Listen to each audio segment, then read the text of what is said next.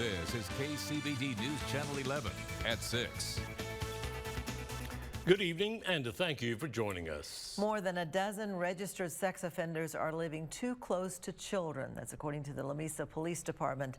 The chief there tells us that 19 residents received notices stating that they were in violation of the city's code of ordinances. KCBD News Channel 11's investigative reporter Shaylee Sanders joins us now with more on why there's now a lawsuit. Shaylee? Karen and Abner, I spoke with registered sex offenders who told me the Lamesa Police Department gave them a 90-day notice to move out or face a fine of up to $500 a day. The residents said the notice came as a shock because the very department who told them to move out initially gave them the okay to move in. Eugene Gaspar has spent a lot of time in prison, first as an inmate. I had a sentence of 14 years. Now as a volunteer. I am a TDCJ, a volunteer certified chaplain. Gaspar says his life changed significantly in his third year behind bars. There's a lot of volunteers from Lamesa that just come in and show us God's love. And because of them is why I'm here today, only because of them.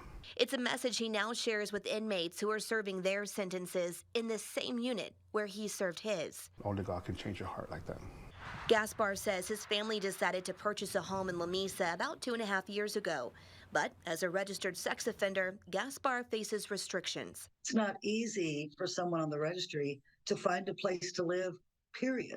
Mary Sue Molnar is the founder and executive director of Texas Voices for Reason and Justice, a volunteer organization that provides support for sex offenders and their families. So there's no statewide residency restriction law, but the law allows individual cities and towns to impose ordinances. In 2009, the city of Lamesa adopted this ordinance, which states sex offenders cannot live within 1,000 feet of any premises where children commonly gather, including but not limited to a school, daycare facility, playground, park, ballpark, youth center, swimming pool, video arcade facility, or church. One person goes to register at his local law enforcement agency or wherever he's required to register.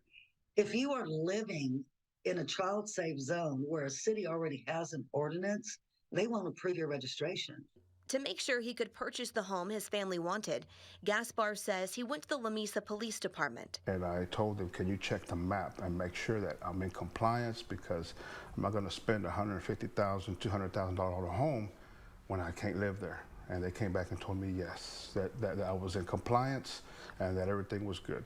I bought the home and remodeled it, and then when I was fixing to move in, then I went again and made sure. I'm fixing to register, is it okay?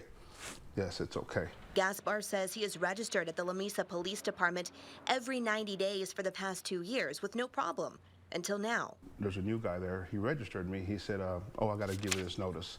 The notice said that the Lamesa Police Department had an audit done and that we were out of compliance and that we had 90 days to resolve.